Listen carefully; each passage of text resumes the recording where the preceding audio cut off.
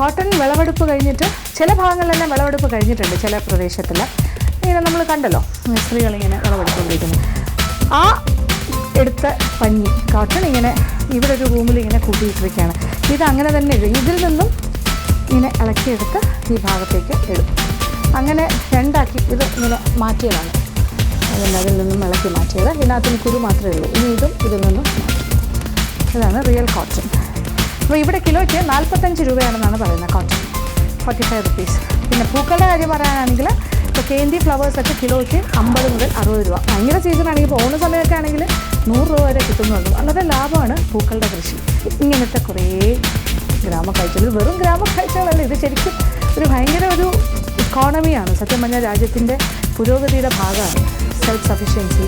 പിന്നെ ഇവിടുത്തെ ഗ്രാമീണർ ജീവിക്കുന്ന ഇതൊക്കെ മാത്രം ആശ്രയിച്ച്, ഇപ്പോൾ വൈറ്റ് കോളർ ജോബൊന്നുമല്ല, ഒരുപാട് പഠിത്തം കാര്യങ്ങളൊന്നും ഉള്ളവരല്ല. പക്ഷെ കൃഷിയുടെ കാര്യത്തിൽ അവർ സ്വയം പര്യാപ്തത നേടിക്കും. ഇപ്പോൾ ചെടിയിൽ നിന്നും പറിച്ച ഉടനെ കൊണ്ട് ഇവിടെ എത്തിയിട്ടാണ്. ഇത് നല്ല ഫ്രഷ് ആയിട്ടുള്ള cotton, straight from the plant.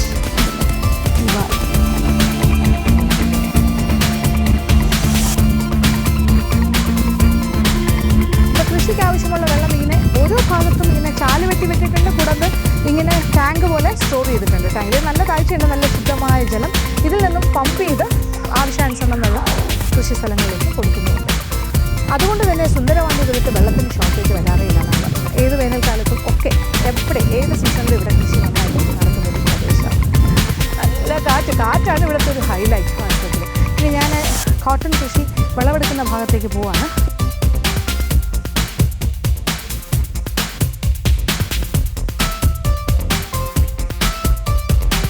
ഞാൻ വേലിനെ പേടിച്ചിട്ട് ഒരു കുടയുമായിട്ട് ഇറങ്ങിയാണ്. പക്ഷെ ഒരു രക്ഷയില്ല, കാറ്റ് എൻ്റെ കുടയെ കൊണ്ടുപോകും. ഇത് കാരണം പേടിച്ച് നടക്കുക.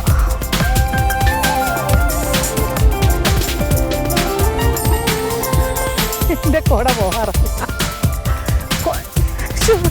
കുടയെ സംരക്ഷിക്കേണ്ട ജോലിയാണിപ്പോൾ. ഒരു രക്ഷയില്ല. അയ്യോ, ഇപ്പോൾ മനസ്സിലായത് ഇവിടുത്തെ കാറ്റിൻ്റെ ഒരു പ്രശ്നം. ആളെ പറക്കുന്ന കാറ്റാ. അപ്പോൾ പിന്നെ കുടയുടെ കാര്യം പറയണം, രക്ഷയില്ല.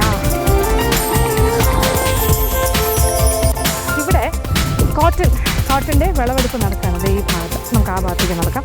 കുറേ സ്ത്രീകൾ കോട്ടൺ പറിച്ചുകൊണ്ട് നിൽക്കുന്ന കാഴ്ച.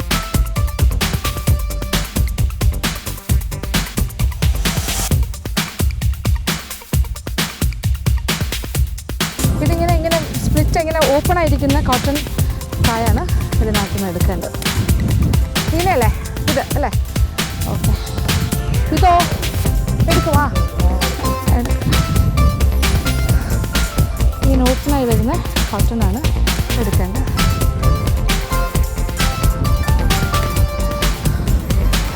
എല്ലാ ചെടിയിലും ആവശ്യത്തിന് കോട്ടൺ ഇങ്ങനെ. ഇത് കുറച്ച് മുള്ള് എന്താ പറയുക, സൂക്ഷിച്ചെടുക്കാം. നമുക്ക് കൈ വേദന എടുക്കാം. അല്ലെങ്കിൽ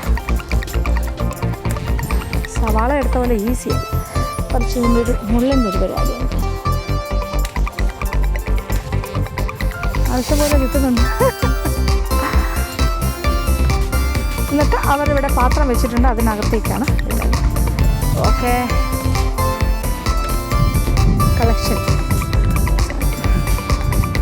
ഈ ഭാഗത്ത് എല്ലാവരും ഇങ്ങനെ ചെയ്തുകൊണ്ടിരിക്കുന്നു. ഇവരെല്ലാം കൃഷി വിളവെടുപ്പിൻ്റെ ആൾക്കാരാണ്.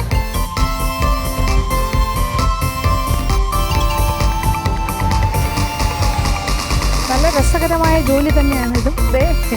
ബാസ്ക്കറ്റ് കൊണ്ടാണ് നടക്കുന്നത്. ഇതിനകത്തേക്കാണ് അവർ കളക്ട് ചെയ്തത്. ഇങ്ങനെ കളക്ട് ചെയ്ത് കോട്ടൺ ഒരു ഭാഗത്ത് കൊണ്ട് കൂട്ടിയിടുന്നു. എന്നിട്ട് ഇതിൻ്റെ ഈ ഭാഗം ഇളക്കി മാറ്റും. എന്നിട്ട് കോട്ടൺ മാത്രമായിട്ട് ഈ സൈഡിൽ കൂട്ടിയിടും. പിന്നെയും പ്രോസസ്സിംഗ് ഉണ്ട്. അതെല്ലാം കഴിയുമ്പോഴാണ് ഫൈനലായിട്ടൊരു ഈ കോട്ടൺ വിൽപ്പനയ്ക്ക് തയ്യാറാകുന്നത്. ഇത് വെച്ചിട്ടാണല്ലോ തുണി.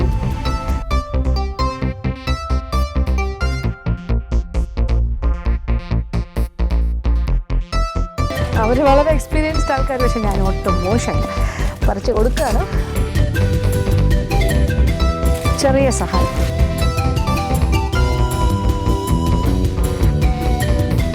പിന്നെ കുറച്ചൊക്കെ നിറയുമ്പോൾ നമ്മൾ ആ മെയിൻ പാത്രത്തിൽ കൊണ്ട് തട്ടാൻ ശ്രമിക്കും.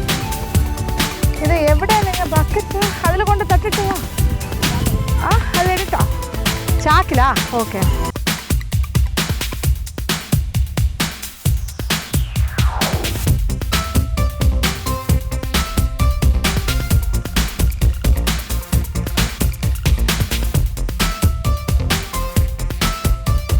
ഈ ചാക്ക് നിറയാറായി, വീണ്ടും ഫില്ല് ചെയ്യണം. അപ്പോൾ അവരെ ഏൽപ്പിക്കാം.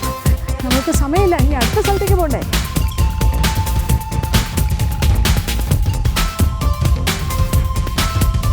കണ്ടല്ലോ, ഇതാണ് കോട്ടൺ. പിന്നെ ഇതിനകത്തുനിന്ന് എടുക്കാൻ സാധിക്കും. ഇത് വെച്ചിട്ടാണ് തുണികൾ നെയ്തെടുക്കുന്നത്. കോട്ടൺ ക്ലോത്ത്സ് പൊട്ടി പൊട്ടി പൊട്ടി നിൽക്കുകയാണ്. കാണുമ്പോൾ അറിയാണ്ട് പറിച്ച് സഹായിക്കാൻ തോന്നുന്നു. നമുക്ക് സമയമില്ല, പക്ഷെ നമുക്ക് അടുത്ത സ്ഥലം. ഈ പടത്തിലല്ലാതെ കോട്ടൺ ഇങ്ങനെ എടുക്കാറായി നിൽക്കുകയാണ്, വളവെടുക്കുക. ഇതിൻ്റെ അപ്പുറത്തെ സൈഡിൽ